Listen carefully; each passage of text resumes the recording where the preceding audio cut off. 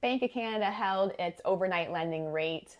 Great news. What that means is no change to fixed rates, variable rates, or home equity lines of credit. There would never be any change to a fixed rate with this overnight lending rate decision, but I just always like to throw that in there just so you know. We are looking to see what's going on with those bond yields, and it does look like they are starting to slowly come down a little bit. Hopefully, that means we might see some movement in those fixed rates. Remember, lenders love investing in bond yields as they get their money back. Not always the case with homeowners.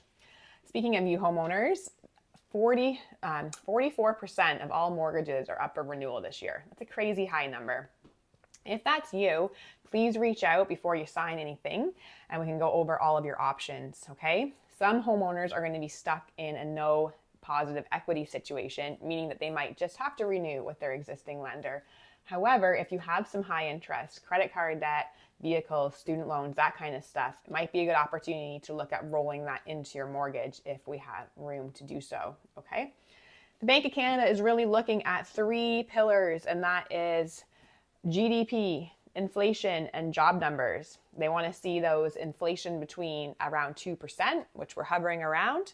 They want to see GDP. They want to see what GDP just means. Are people buying things? Are we making things? How much stuff are we producing as a country? Okay. Consumer spending is rising. Good news for the economy.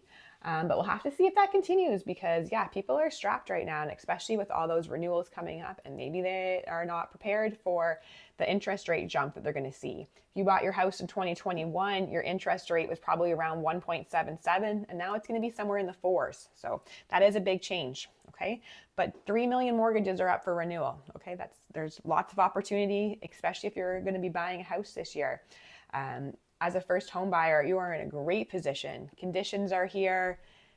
People are buying homes with home financing inspections. Yeah, it's really, if you have nothing to sell, you are in a great spot. Definitely want to be doing your pre-approval and reaching out because, yeah, it's going to be a good year.